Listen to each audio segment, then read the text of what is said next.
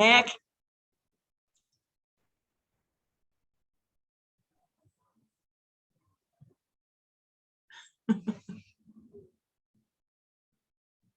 Got it? Okay.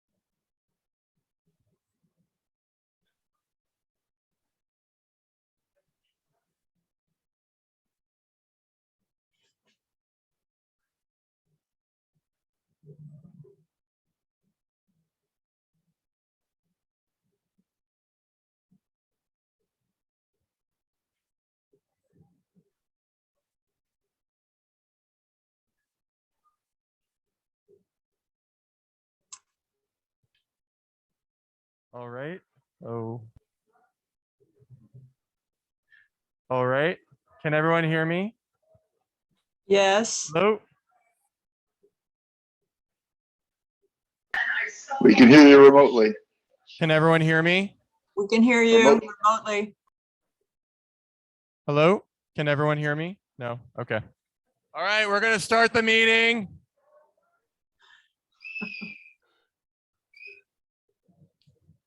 Thank you. We're going to start the meeting. I guess all we can do is say thanks for being flexible. We're locked out. You know, we felt like we came home and the parents said, sorry, it's too late. You get to stay out tonight. So that said, we'll get the meeting started a bit late. We've got a whole bunch of people online. Got a great guest speaker. So that we'll move through the deck. Oh, well, that's a little fast. First, we're recording. Everyone know that we're recording, so enjoy. Okay. Something weird's going on. There's our agenda for today. We're just going to skip through it. Something weird is happening here. I apologize. All right. We're going to start the Pledge of Allegiance. I pledge allegiance The United States of America, and to the republic for which it stands, one nation under God. Oh, this is not. All right, we'll move on to the four-way test. The truth to all concerned. Will it build goodwill and better friendships? Will it be beneficial to all concerned? Will it be fun? Woo! All right, y'all can be seated. Leslie's going to do a Rotary Minute for everyone.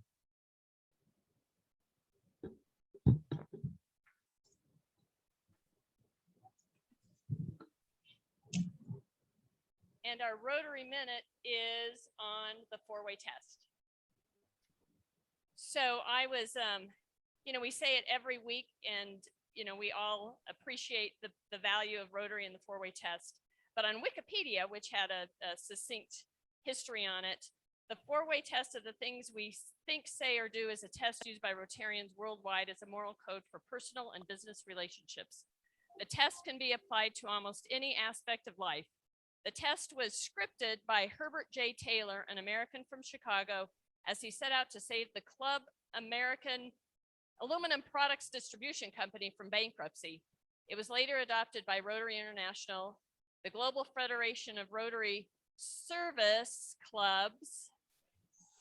So the history, in the early 1930s, Herbert J. Taylor set out to save this company. He believed himself to be the only person in the company with 250 employees who had hope. His recovery plan started with changing the ethical climate of the company. As he explained, the first job was to set policies for the company that would reflect the high ethics and morals God would want any business. If the people who worked for Club Aluminum were to think right, they would do right. What we needed was a simple, easily remembered guide to right conduct, a sort of ethical yardstick. I searched through many books for the answer in need, but the right phrases eluded me. So what I did is I often did, when I had a problem I can't answer myself, I turned to the one who has all the answers. I leaned over my desk, I rested my head in my hands and prayed. After a few moments, I looked up, reached down for a white paper card, and wrote down the 24 words, which is the four-way test. First, testing it on himself, he realized that the first question, is it the truth, was barely applied in his business's day-to-day operations. After 60 days, he decided to share those principles with the 4 department directors of his company. Each had a different religious faith. Those directors validated his principles.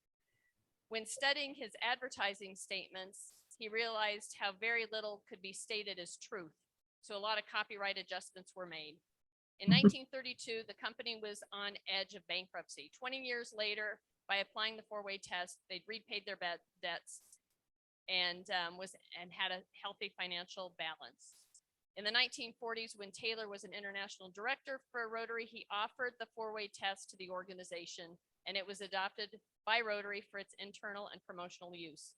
Never changed, the 24-word test remains today a central part of the permanent Rotary structure throughout the world and is held as the standard by which all behavior should be measured. The test has been promoted around the world and is used in a myriad of forms to encourage personal business ethical practices. Taylor gave Rotary International the right to use the test in the 1940s and the copyright in 1954. He retained the rights to use for himself.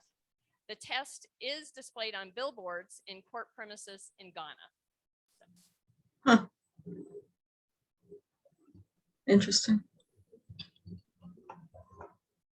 That was really insightful. Thank you so much, Leslie.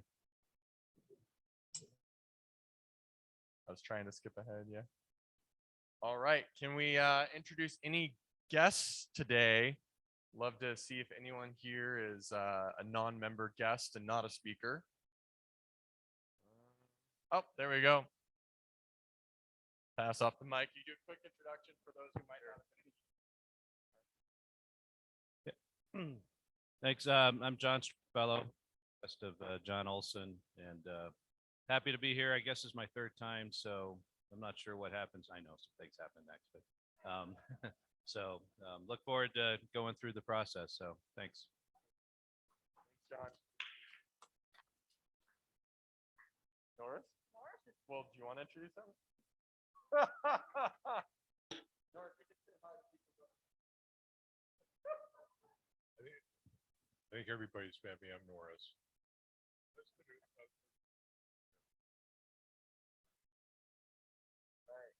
Well, that said, 2 guests today, so that's always exciting. Any guests online? No, Nope, just the standard people. Any guests online, just members.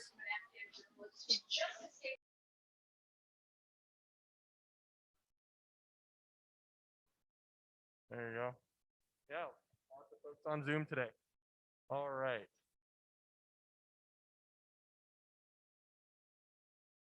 Back to the slide deck. Thank you. All right. So for announcements, we're closing down the announcements. They're getting smaller and smaller. Again, for community service events, we've got Habitat and the Isabel Road cleanup. So please be sure to email Joe if you're participating in any of those. He's got a volunteer this month for Chase House. Sorry, thank you. And that's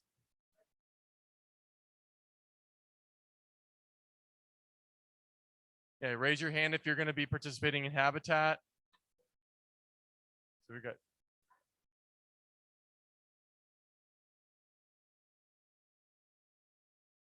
Cool. So if you saw that it was full, you're interested in participating, email Joe and Joe will help make sure that you can get signed up. Again, there's 2 sign up forms for that one. So super important to email Joe just to let him know that you're intending to come so you can verify that everything is set up for you. Again, for the road cleanup for Isabel Road, please email Joe. Joe's got the sign up list for that one. Greenhouse Scholars, the Venus de Miles bike ride. They need volunteers to help. They need riders. So at this point, we're getting pretty close to that deadline this weekend. But if you are interested in wearing a dress, I think a lot of the gentlemen here might be interested in riding that ride in a dress. So if that's your persuasion this weekend, feel free to go out. They definitely appreciate the donations and the support. And we have links to that website, so you can email me and I'll go ahead and send that over to you. All right, so district updates. There was a district membership meeting, and Lou Miller, as part of the membership group for the district, your membership, what's your title now? The Lou? Yeah, the Lou. Okay, so the Lou and a few other people from the district threw a big event for all the membership chairs and presidents. Bob, Ann, and I were all there. So our club had the largest turnout, believe it or not. Who would have thought, right? So yeah, 4 of us. Woo Humanity bike ride, that's also coming up, and that would be today. So, or no, a month from today. Apologize. So if you're interested in doing that ride, they are looking for the signups, or they would like help with support. So if you want to do water stations and whatnot, they're also looking for that support.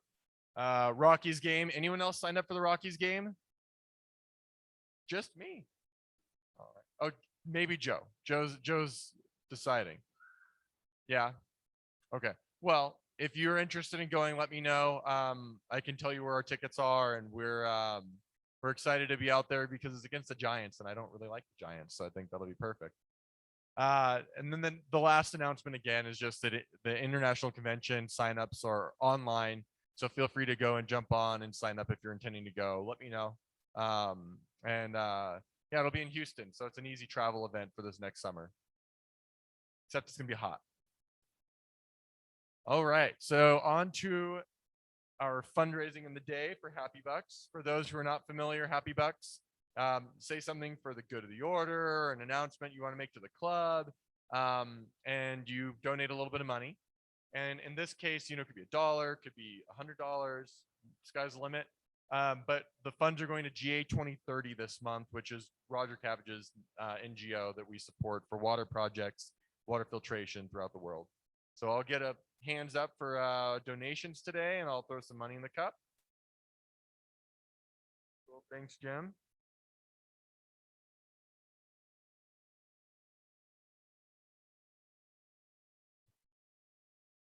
Glad to announce that we have another $200 donated to GA 2030 from a person who bought a lot of peaches. So that's good news. All right, Roger. Yeah, I'm happy to be able to provide safe drinking water to the people who desperately need it in the Peruvian Amazon rainforest. Thank you. Thanks, Roger. Oh, Joe, there you go. Nope. Monday, for sure, my son's getting his kidney transplant. He's got through with his pre-surgery, whatever they call it, testing, and everything is great. So we're ready to go.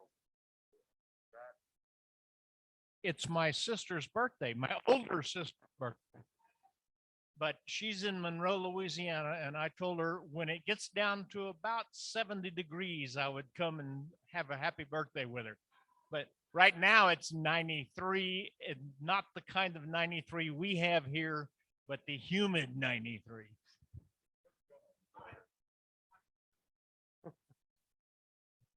any happy bucks in this table? Yep, awesome. George. I'm wearing my Michigan hat as I often do. Bob, notwithstanding Bob and Bob Groening. And anyway, my daughter who goes there will be a senior next year. And she had an internship this summer.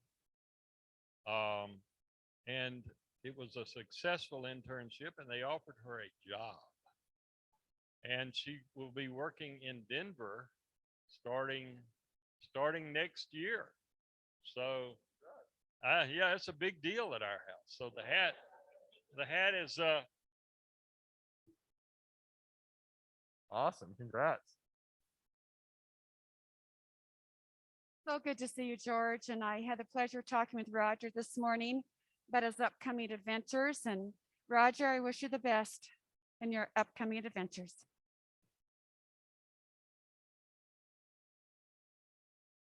The first happy buck is that I'm really glad you can actually see the mountains for the first time in a month or 2 months. And the second one is to encourage everybody that hasn't gotten their booster shot already to get a booster shot. We got ours.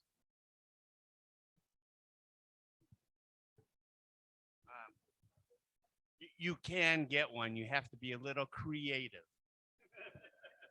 My daughter emailed me last night. There's a wonderful thing happening in Broomfield. It's called Anchor House. It's for aged out foster children. And Rich and I did foster parenting for 2 years, and it is such a hard thing for these kids. But it was built by Habitat for Humanity. That's a win-win. The other part of my money goes to Mr. Lou. We got you in our page. That's a cover for. I just want to do a shout out to Jay and Joanne for getting us into this room late. Awesome. And I've got a whole stack of happy bucks and 5s and 10s and whatnot. For everyone scrambling to get us set up in like 3 minutes, which is a record, I think, for us. And then in addition to that, I was the guest speaker for the E-Club of Water Sanitation Hygiene. There's a Rotary Club that's just water sanitation hygiene 2 times in the last week because they meet at different time zones. So that was really a whole nother thing. And I got to plug GA 2030 and said, well, I'm not going to send happy bucks to you guys in Switzerland, but I will go ahead and put them in our happy bucks for our club as well. So, and I told them about GA 2030 and they were excited to learn about it. Okay. So we'll jump on to our program, and while our program's getting set up here, and just wanted to let you all know if you have additional money for Peaches, Terry's here to collect it. So make sure you get those checks and bucks in. Yeah, so very exciting. Do you have to plug it?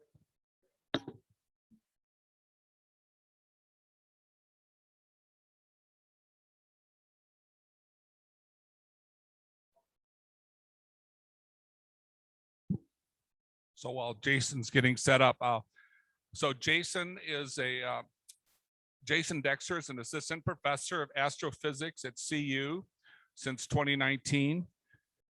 His research group studies the light radiated by gas falling into black holes in order to understand how they grow and develop tests of gravity next to their event horizons. He received a PhD in physics from the University of Washington and had research positions at UC Berkeley and Garching, Germany before coming to Boulder. So welcome, Jason.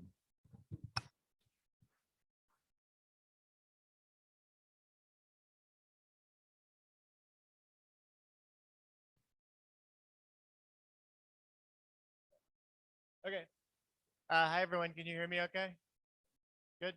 All right. Well, thanks for having me and for the opportunity to talk today. So yeah, I'm a astronomer working on campus in the Astrophysical and Planetary Sciences department for the last 2 years. And I work on how we see black holes in the universe and what we can learn from studying them. So today I'll talk briefly about what black holes are, how we see them in the universe, and why we might want to take a nice picture of them and what that even means, right? They're black holes. How would you possibly take a picture of that? So that's what we'll talk about today. Is there the clicker thing? Okay, next slide, please. Beautiful. Okay, so this is just a schematic of, oh, sorry. Okay, got it. I wasn't properly trained. I don't know you gotta do a little more onboarding here. It's fine. I'm kidding. I'm kidding. Yes, this is a schematic of a diagram of a black hole.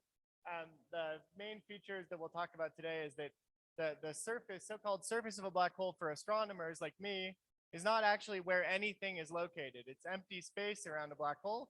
It's a region where an object collapses inside of it, and it's so massive that its gravitational pull becomes too strong for anything to escape. So if you're familiar with the idea of like the escape speed from the surface of the Earth, the rocket needs to launch at some speed. It's similar. If you go to where the escape speed becomes the speed of light, then that's the location where you become a black hole, where an event horizon forms. Okay. So inside of that location, not even light can escape. And that means we cannot see any signal. Nothing goes faster than light. We cannot see anything inside of a black hole. And so for astronomers, we call this location the black hole, this event horizon here surrounding a black hole. Okay, that's empty space. That's not a hard surface. Okay, important point number one. All the mass is somewhere inside, and we don't know what that looks like or how that works. That's an active topic in physics. And the other important thing, if you're going to think about what a black hole might look like, if you're going to image it, is how light moves around a black hole. So we think of light moving in straight lines. In gravitational fields, light can be deflected. It doesn't travel in the same straight lines anymore. And around black holes, this effect becomes extreme. So light can actually go in circles at a certain location around a black hole, which is marked here, a little bit outside of the event horizon. So that'll become important later. All right, next slide. Okay, oh no, you skipped too far ahead. You're giving away the answers. Go to one more back. Don't look. Go one more back. Okay, I'm supposed to give you a quiz, but now you've seen the first two answers. So maybe the quiz will be a little bit easier then. Okay, so great. This is my black hole quiz. There are 3 questions, so one of them remains unspoiled completely. Okay, so great. So what would happen to Earth's orbit if the sun were instantly replaced with a black hole of the same mass? Does anyone know? Would the Earth get sucked in? No, I see shaking heads. Good. Does anyone want to explain why or why not? What would happen or why?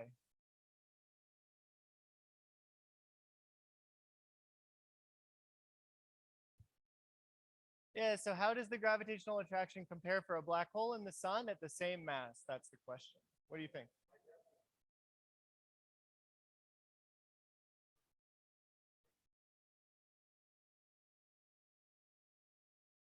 Okay. What do you think? Anybody agree or disagree with that? We might get sucked in. We might stay right where we are in orbit just fine. Those are pretty different outcomes. Anybody want a tie break feeling on this? Okay, do you want to show the answer? Next slide. Okay, great. Yeah, so actually nothing would happen to Earth's orbit. So this is the major misconception about black holes. Number one is that they are depicted all the time. This is not unusual at all. They're depicted as vacuum cleaners that are going to suck everything up, right? Regardless of distance or mass or etc. And that's just not true. So far away from a black hole, they gravitate just like anything else of the same mass. The reason that we talk about this in the universe is that in the center of galaxies, like we'll talk about today, black holes have enormous masses, millions or billions the times of the mass of the sun. And so they do suck a lot of stuff in just because they're very heavy gravitating objects. But at the same mass, they gravitate like anything else. If you replaced the sun with a black hole, nothing would happen to Earth's orbit.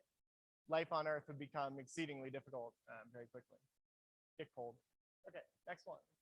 Great. Okay, so if you were to fall into a black hole through the event horizon, from your perspective, what would you feel or what would it look like to you?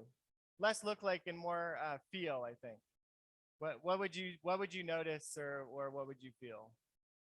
Assuming that you could safely do this without yourself being torn apart. So what would you encounter? Got to think of a better phrasing for this question. What would you encounter maybe at the event horizon? Yeah. Yeah, so that's right. So The trick of this is you need to actually, it turns out you need to go to a really, really big black hole. The problem with trying to fall through a black hole is that the gravitational pull at your feet and your head and the two sides of your body becomes different. And so it will actually stretch you and squeeze you, an effect called spaghettification, which is I don't know, not a very nice thought, but physically accurate thought. But assuming that we can do this safely and not thinking of those so-called tidal forces, the same thing that gives rise to tides on Earth. What else? What would you see? What did we say is at the event horizon? What would you notice? Blinding light is actually a really good one that we're also not going for here. All right, maybe just show the answer. These are great. These are both correct. So nothing would actually look or feel special except for, of course, tidal forces and blinding light and so on. So those are correct answers, but the point we're going for here is that the event horizon is empty space. And even though it separates, it's a one-way surface that separates what's inside a black hole from the outside. When you look far away, you cannot see inside anymore. It is not actually a special location if you are falling through there. You don't suddenly notice anything different that you have now passed through an event horizon and you're in a different part of the universe that's separated. That's an effect seen by far away people. Okay, far away observers, not by you falling in. These other effects are completely correct. We're just going for this. Okay, last question. No, you showed the answer again? All right, we'll practice. We'll practice for next time to get the, yeah. I know, it's okay. You're fine, you're fine. Okay, great. So the last one, what would you see if you were far away now and you watch something fall into a black hole? So you drop some object that you can see or that's sending signals to you. You drop that into a black hole and you are staying, far away in your spaceship, but you can watch this.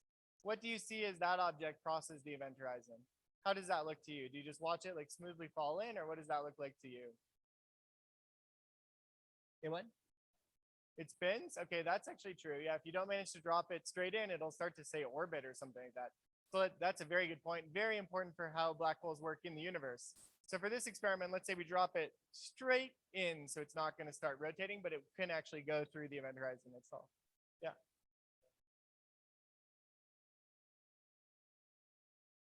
Okay, it seems to disappear. When does it seem to disappear? After it goes through the event horizon, or when does it disappear? As it enters the hole? Okay. Other ideas? Great. Okay. Do you know why that would be? Oh, I see. That it's getting squeezed or destroyed. Okay. So if we think about what happens to light signals coming closer to a black hole, we said that once the light is inside the event horizon, it cannot escape. So can you ever see anything? We see things by receiving light from them. So can we ever see something that's fallen through an event horizon? We actually can never see anything that's crossing through. And that means if you watch something fall in, will you see it pass through the event horizon? So the light signals are taking essentially longer and longer to reach us. And eventually we just don't see the object anymore. So we cannot ever see something fall through an event horizon. Instead, it would appear to slow down and freeze. Okay, the slowing effect is because it's taking the light longer and longer to climb out of the strong, you can think of it as a gravitational well, and the light is actually taking longer and longer to climb out and reach us. So the object will appear to slow down and stop. This led to the first name of black holes in the early 60s, a frozen star. The idea that was very elegant is that a star that's too heavy would collapse inside its event horizon, and the last pieces of it that cross the event horizon, the light from that, the last light from that would continue going out into the universe forever. And this would be a frozen star. We don't call it that today. Does anyone know why? There's one other effect that happens to this light as it's very slowly climbing out that makes it so it actually turns out to be black hole is a much better name. Okay, so there's also an effect called the redshift, where the light will also lose energy. So as it climbs out, as it gets closer and closer to the event horizon, its energy, as seen by us, goes way down, and so it effectively just disappears. So at the same time that the object slows down, it disappears. And so what's left when things fall into a black hole is a black hole. We don't see it anymore. Don't show. Remember what I said? Yeah. It freezes and quickly fades away. Okay, so these pictures are very, very different if you are the one falling into the black hole as opposed to if you are watching something fall into the black hole. And this is because of the way that light behaves. Light is a proxy here for any signal you might send will behave the same way. Nothing can travel faster than light. So any signal you try to send will behave in the same way. You're being disconnected. So what's seen from the outside is very different than what's being seen as you yourself follow. Okay, great. That's the end of our black hole quiz. Thank you for playing along. I appreciate it. Okay, next slide. Great. So we see black holes in the universe. Black holes, when they were thought of as these exotic solutions of gravity and general relativity. And at first it was, well, probably these aren't real. These are very weird. All the mass is formally located at a single point in the center. That means the density of that object is infinity. That's kind of uncomfortable. Probably these just aren't real and they don't matter. So one of the major things that astronomers have now shown is that black holes are actually all over the place. There are millions of black holes in every galaxy, and the center of every galaxy is a picture of a galaxy, the red there. There's a supermassive black hole at the center, which is on the order of millions to billions of times the mass of our sun. Still unclear how those form exactly and how they differ. Okay, so black holes are important in the story of the universe, actually, it turns out. And astronomers can see them, which is pretty neat. Okay, next slide. Please feel free to interrupt me anytime with questions. Great, okay. So how do we know that there are black holes in the universe? How do astronomers like me see black holes and study them? So there's a few different ways. So just like we mentioned with the Earth in orbit experiment, we can see black holes by their gravity. They gravitate just like any other object of the same mass. And so often the evidence for black holes is basically going out and weighing some object which is dark, proving that it is not anything else we know of in physics or in astronomy, and saying, okay, that's probably a black hole. And this is really, it may sound kind of, I don't know, simple or simple-minded, but this is the best evidence for the existence of black holes in the universe. It comes from that kind of experiment, finding some object which is too massive to be anything else, and saying that that's a black hole. We don't know what else it could be. Because it turns out that the other things that are the endpoints of stars have a maximum mass that they can be. And it's only a couple times the mass of the sun. So when you find something that's way more massive than that, either in a binary star system or in the center of a galaxy, you can often rule out all the alternatives. Okay. The other way that we study black holes that I'm most interested in is actually using light. And I know you're probably thinking, well, you just told me light can't escape from a black hole, so this is a pointless thing to study. But the key here is that black holes have very deep gravitational wells. And just like something that falls onto the Earth, that's a lot of energy that's available. So stuff that falls into black holes gains energy as it falls in, energy of its motion, for example. And if it can convert that into light, then we can see black holes. Okay. So this process where black holes gain energy, the stuff accelerates, then it collides in some way and heats up, and then it glows. And we can actually see black holes across the universe by looking at light coming from stuff as it's falling in. So not after it crossed into the event horizon, but before that. Okay, up until then. Okay, great. And then the third thing that I'm not going to talk about that's extremely exciting is we can see the gravitational waves. Basically, when two black holes, for example, are merging, there's a lot of energy that's given off by their gravitational interaction itself. And this is an exciting new way that we can study black holes in the last 5 or so years. It's a brand new way that we can study. Okay, yeah, please.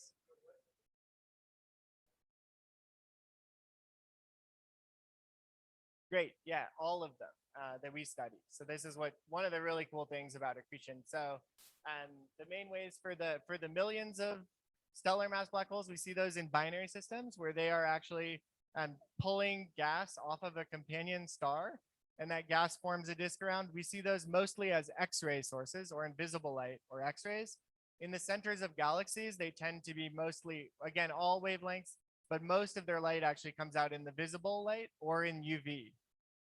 These are objects that are like, say, typically 100 million times the mass of the sun. So you might wonder how they end up with light that's at basically the same frequencies. And this is basically just because they're huge. The disks around them are huge, and that ends up lowering their temperature and causes them to be optical emitting. Yeah, thanks. And what I'll talk about for images are in radio. Completely different radiation process that ends up in the radio that I won't go into. All right, next slide. Great, one more click. Oh, try it again. So you want to double tap on the last slide. Sorry, it's supposed to play a movie. I hope it'll work. One more tap. Does it play? There you go. Okay, great. So this is the best evidence for the existence of a black hole, massive black holes in the universe, and it won a Nobel Prize in physics last year. So these are, if you look with the biggest telescopes, we can make single telescopes looking in infrared or optical wavelengths, and you zoom in right into the center of the Milky Way through all the dust and beautiful features that make up the Milky Way, if you've seen it in the sky, all the way very into the center. You see something truly amazing that nobody expected, which is that all the stars there, sorry if you could play it again, I was too slow. All of these things here are stars, and they are all moving. We can actually see them move over the course of months and years, orbiting around some central object. So if you focus in particular, there are about 40 of these orbits that have been measured over the last 20 years or so. And if you focus on this one, it reaches the closest approach here around this central white cross, if you can see it in the middle of the slide there. This is a 16-year period of an orbit of a star around something, and the speed at its closest approach is about 4% of the speed of light. And so what astronomers can do is we can say, well, how much mass has to be contained at that point, at that white cross? And it turns out to be 4 million times the mass of our sun. So far more than what's contributed by all the stars in this picture. And it all has to be located within this tiny distance of the closest approach of the star and the white cross. Okay, so this is about 100 AU. So again, solar system type scales containing 4 million solar masses instead of, 1 in our solar system. Okay, and so this turns out to be incompatible with any other collection of objects. So what you would need to do if you don't want this to be a black hole is say, let's say I have a collection of some other type of objects. I try to put them there, and this doesn't work. You can't do that in a stable way that would last long enough. Okay, so this is the black hole in the center of our galaxy, seen through gravity in this case, right? We just weigh how much mass is inside there and say that can't be anything else. It must be a black hole. Okay. Yeah, it's a great question. So there is, the question is, why isn't there an accretion disk around that? Why don't we see light from this black hole? We do. It turns out to be very faint because not much gas is falling onto it right now. So it's actually, we can't see it. In infrared light, we can't see it. And when it's at its brightest in infrared light, it looks about as bright as one of these stars. So we do see it occasionally, but it is not a boomingly bright quasar or object that we would see across the universe because not very much gas is falling in. And the amount of energy that you get is proportional to how much gas is falling in. Yeah. Most galaxies, like our galaxy, are very, not all that much exciting is going on at the very center in terms of feeding on gas. And so we, as astronomers, the ones that we see and study are the ones where a lot of gas is around. And so we see this boomingly bright black hole in the center. But we'll talk about that next, but bring it up again if I don't address it properly. Okay, let's try next slide. Great. Okay, so this is the schematic of accretion disks. So how do we see black holes using light? So the idea is that gas falls in. It cannot be aimed if it's coming from far away right at the center. So it starts to rotate. It starts to go into orbit at some location. This is basically, if you just imagine trying to throw something straight onto the Earth, but you're very, very far away compared to the size of the Earth, you're going to miss by a little bit. And that little bit is enough that you'll actually make the object go into orbit at some location. So gas does this onto black holes as well. In this schematic, here's the black hole. This is gas coming from a companion star, just an ordinary star. And it goes into orbit around it. And in orbit, it gains energy as it falls in. It goes faster and faster as it falls in. And the energy gained there goes into heating because the different parts of the gas can collide with each other.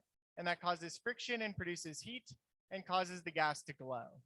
The gas gets very hot close in, and so it gets very, very bright. Okay, and it turns out that from this process, even though black holes themselves are dark, no light escapes, they end up powering the most luminous objects in the universe. Brightest objects in the universe are black holes. So the way to think of this is they have very deep gravitational wells. That means there's a lot of energy available.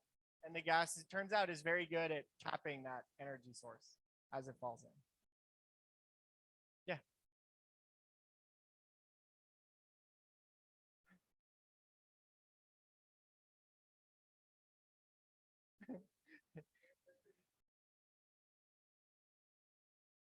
Right. Yeah. So here it's a sketch. It's a very good question. So we see these types of jets of material that get launched. This is from the combination of the gas rotating around and the fact that it's ionized. It carries magnetic fields. And it turns out the combination of those two things are really good for making these jets that go out. And so the question was, what is the shape of this jet? And I think this is an open area of study. It's not purely a cylinder. So the jets tend to get wider as you go further away. It's maybe more like a cone. Is that a cone? Yeah, a cone. But the exact shape is unclear and it changes with how far away you go and so on. Of course, well, crude.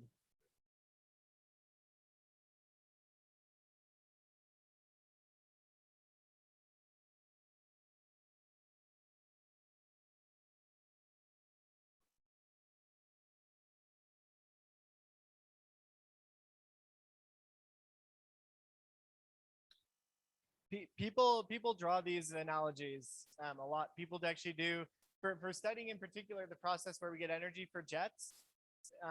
People do this direct analogy. I'm not an expert enough to comment on exactly what, but they actually use vortices in fluid experiments with water to try to study the process that we say can allow you to extract the energy of the spinning black hole itself into a jet. I think that's the last thing I'm qualified to say about that. But it's a great analogy. Yeah. Yeah. Go ahead. Yeah, so we'll get into that in a minute. So these observations have been done of different types of, we call them accreting black holes, meaning this is how black holes grow. The primary way that they grow throughout the history of the universe is by feeding on gas. Something forms a black hole, collapsing star of some kind, and then it feeds on gas over the history of the universe. And so this is the main way that we see black holes growing. So we can see that with all kinds of different telescopes and all kinds of observations going back to the early 60s, when people saw objects in visible light that looked like they were stars, but then turn out to be at redshifted, so meaning they're very far away in the universe. And it was like, wait a minute, to look like a star in the sky, but really far away, this must be an extremely luminous object. Instead of having the light of one star intrinsically, it has the light of a trillion stars. And so that was how these were first thought to be black holes, is because you just start then as an astronomer dreaming, wait, how am I going to make something that's a point? It's not an extended galaxy, right, containing all these stars. Somehow this one point has the light of a trillion stars. So these have been studied with every instrument forever. We'll get to what's new with the Event Horizon Telescope and trying to image black holes, basically. Because the key here is just this region is really small. So that's not what we see with the telescope. With the telescope, we see a bright point. In this case, we would see a bright point in X-rays, which is the inner part of that accretion disk glowing. So that's what we would study. Any other questions? Should go a little faster. All right, next one. Great. So let's talk about imaging black holes. So I'm not going to talk in detail about how we do this, but I'm happy to answer questions about it. So the basic idea is that the smallest thing that we can detect or make nice images of, the sharper the image, comes from bigger telescopes. So this is one of the motivations of why over time we build bigger and bigger telescopes, say in visible light. Because visible light, not only can you collect more light and just see fainter things, but also you can make sharper and sharper images with bigger telescopes. Okay, so the way this works is basically the smallest thing you can see in angle on the sky, if you think about like the angular size of the disk of the moon or the sun, but don't look at the sun, then that is related to the wavelength of light you're observing at divided by the size of your telescope. So you want short wavelengths, big telescopes to try to see tiny things. And it turns out that even the biggest black holes are tiny. Okay, so the resolution you need to reach if you want to look near the event horizon, if you want to be able to resolve features in an image, so have pixels, which are on a camera, for example, which are similar in size to the event horizon of the biggest black hole we know of on the sky, which turns out to be our center of our galaxy, then the resolution you need is kind of like putting a coin on the surface of the moon and then using your telescope to try to figure out what coin is that. Okay, so this is a really extreme experiment that you have to do to try to resolve these things, and it's now possible. Okay, so there are two types of experiments doing this. I'm going to focus today on what's called the Event Horizon Telescope, and this is using radio wavelengths. So we're off to a bad start. We said we want short wavelengths and big telescopes. These are pretty long wavelengths. But it turns out that there are technical reasons we want to do this. So we're going to go to a wavelength of 1 millimeter, the shortest wavelength we can do from the Earth in radio. And then we're going to make a telescope the size of the Earth. That's a pretty big telescope. Okay. So it was actually politically impractical to cover the Earth with radio telescopes. This was an unpopular suggestion. So instead, we have to use very sparse telescope, where we have telescopes like here at the South Pole, Hawaii, Arizona, Mexico, and now in Europe, in France and Spain, in Europe, and critically in Chile, the ALMA telescope. And so we try to make these very sparse bits. This is like having a telescope that's almost entirely holes. There's almost no filled area. But we can use a technique called interferometry that links those telescopes together, record data on all of them separately, and then very carefully combine it later to know exactly how we recorded it and exactly what time each bit of the signal came from. And we can interfere that light to make the Earth into a virtual telescope. And that actually has just enough resolution to make kind of blurry images with the scale that we want. To actually image gas right next to the event horizon of a black hole, as long as it's in either the center of our Milky Way galaxy or the one that we've done so far, the M87 galaxy, which is further away but bigger and so ends up roughly the same. Okay, great. One back, I think. Okay, so as you might imagine, if you're going to use all of the biggest radio telescopes on Earth or millimeter microwave telescopes on Earth, you end up with a large team of people. And so this is a great example of teamwork in science, that more and more big results in science are from big teams of people. And in our case, there's like 300 different people at institutes all around the world working together for some definition of the term working together. Okay, completing things together in the end. Okay. No, that Kroger works at Jilla where I work. She runs Jilla where I work. Is not actually a member of the experiment. All right, next slide. Oh, thank you. Great. Okay, so the example that I want to show, so I'm going to show what a black hole image looks like and what we learn from it in the end. And sorry, I'll try not to go too late. Okay, so this is the M87 galaxy. It's famous for having these jets that we talked about earlier. So if you look in other telescopes in the radio or any other wavelength at all, what you see is a big jet. So this is like the size of the Milky Way. This is a jet here running into gas in the galaxy. Beautiful. And then what you do as you go to bigger telescopes or arrays of telescopes and shorter wavelengths is you zoom in down to the center of that jet. And the question that we asked with the Event Horizon Telescope is, what does that look like right at the base of the jet at the black hole itself? Okay, so this is going down in wavelength and up in resolution, and you see this jet here. And now if you go in here, you lose the surrounding galaxy altogether, and you see this really nice like double prong jet thing here. And so the question for us with the Event Horizon Telescope is, what happens when you go all the way to the base of that thing? Do you actually see the black hole itself? Okay. So that this is the image here, and the answer is yes. That's why it's interesting. Okay. So this is basically just continuing zooming in from radio telescopes way into the center of this already extremely high resolution, really nice image from before. We can go all the way down to the black hole itself. Okay, next slide. So we'll talk about what this means. So the key things to take away from this image are, one, it is extremely small on the sky, meaning like the size here is roughly comparable to the size of the event horizon of the black hole itself. So it's something like 10 or so times the size of the event horizon of the black hole, which in this case is 6.5 billion times the mass of the sun. It's a big black hole. Okay. And the other thing, go back again, a couple other things. So it's shaped like a ring. Right? It's kind of got this this brightness here. These colors are not real colors. They are just brightness. So the yellower and whiter colors are brighter than the oranger and redder colors, and black is 0 or close to 0. Okay, so the key thing is the brightness distribution here has a ring shape, and it's brighter in the bottom. Okay, so that's what we're going to try to understand what that means and what we learn about black holes. Okay, now we can go to the next one. All right, and one more click. Great. Okay. So the first thing that we talked about earlier is that light, we're very close to the event horizon of a black hole, and light there will be bent, and it can even go in circles. Okay, so this animation is showing that. Here's a black hole, and these are light rays. So if you imagine putting a source of gas behind the black hole as seen by an observer over there, part of it does not make it. Part of it gets captured by the black hole. And these light rays, which are bent around, end up forming something kind of like a ring on the observer's camera as you see it. Okay, so the critical feature of this image that we were so excited to see and thought we might see is that there's a dark spot in the middle of the image. That corresponds to the black hole itself. So when we say we're seeing the black hole, we mean that we're seeing a bright ring of light that has a shadow in the middle of it, and that shadow is cast by the black hole. And we know what size that should be because we know how big the black hole is and how far away it is. And so the fact that that matches gives us a lot of confidence that we're actually seeing a black hole, and we're seeing the effect of the black hole capturing light rays from the gas.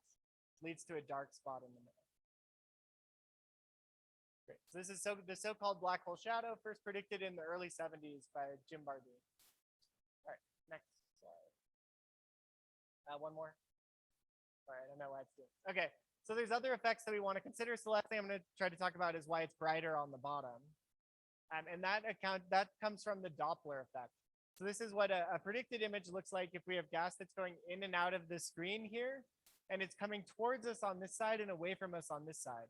And the idea here is that when we get close to the black hole, even nice orbits of gas start moving at speeds comparable to the speed of light. We're deep in the gravitational well of the black hole. And that means that we get strong Doppler effects where the frequency of light and its brightness are changed depending on how it's moving. So it turns out that the light that is moving, the gas that is moving towards us is beaming its light along the direction it moves. And so it appears brighter to us when it's coming at us. And that leads to asymmetry in the images that we expect. Next slide. Okay, great. Thought I had one more, but maybe not. Okay, that's fine.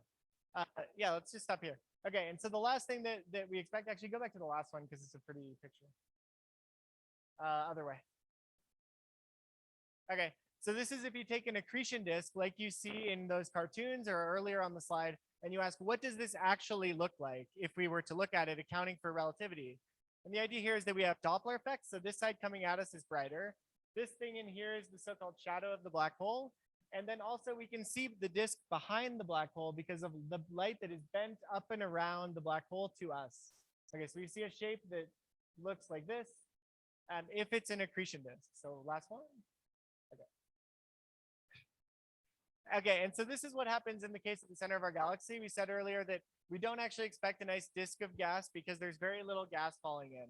It turns out that a better description of how that gas falls in is that it's puffed up into a donut shape and it lights up very, very close to the event horizon itself. And so this is an image more like what you might expect. So this, you can ignore the colors on this one. This just means that this is the part that's Doppler beamed and coming at us. The gas is coming at us over here. It's away from us over here. So it's fainter.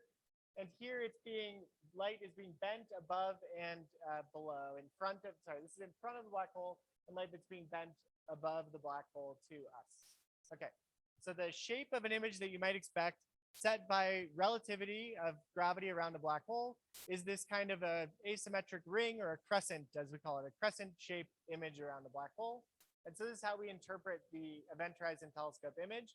It's brighter in the south because the gas is rotating very close to the black hole and has this ring shape with a dark spot in the middle because of the presence of the black hole absorbing light there.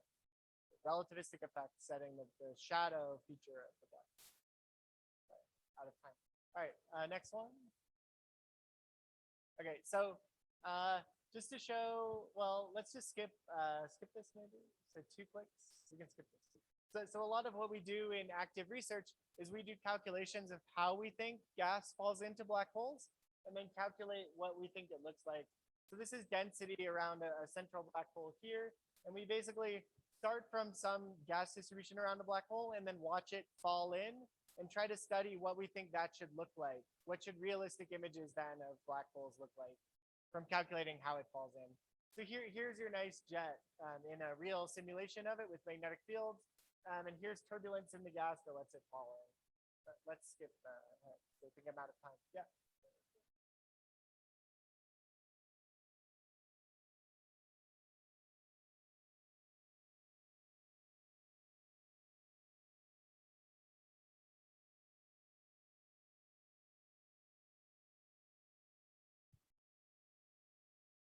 I think the only worry about this, so there are some really powerful jets from objects in the universe called gamma ray bursts that happen when there are supernovae. So I think if one of and those can make lots of gamma rays, which are bad for life.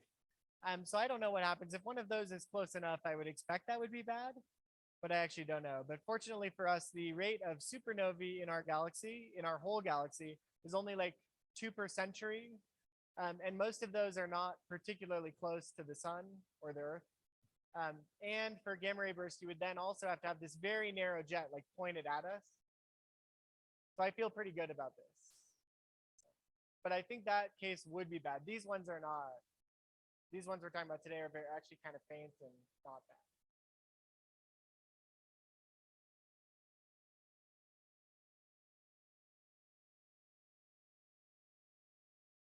I'm sure there are papers about this, people studying whether or not gamma ray bursts could be related to extinction events.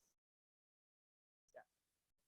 Well, let me try to wrap up because I think we're out of time. Okay, so just the last thing. So if we take the type of calculations that we just showed, and then we calculate what should that look like actually as seen by a telescope, not just the cartoon of it on the last, or movie of it on the last picture, then we make theoretical models like this one done by Monica Mostrobotska in the Netherlands. And is it moving? It's not even moving. Do you need to click it one more time or is it just not working? Okay, go back one, it's fine. So if you take this thing and blur it, because we don't see this very nice high resolution image, but rather we see it blurred, then the animation, oh, there it goes. It's supposed to show that when we suitably blur it, it looks a lot like this. So this gives us a lot of confidence in what we're seeing. And basically the result is then that really the light that we see from these black holes really is coming from right next to the event horizon. And it is shaped by the relativistic effects that we talked about, by the fact that the gas is moving, rotating, and the black hole itself is imposing the gravity of the black hole is causing the light to bend in a way that leads to a dark shadow in the middle. Okay, so I'll stop there. Thanks very much for your attention. You can skip to the summary if you want. There's like a couple more. Yeah. Well, Jason, as a token of appreciation and all the worry about our planet, I think we'll be okay, but here's a little Earth for you as a Rotary on it. Thank you very much. Thanks for having me and for your We attention. really loved it, and thank you so much. We'll send you a link to it. Thank you very much. Have a wonderful day. All right. Well, with that, everyone, if it's Wednesday, it's Rotary. Thank you.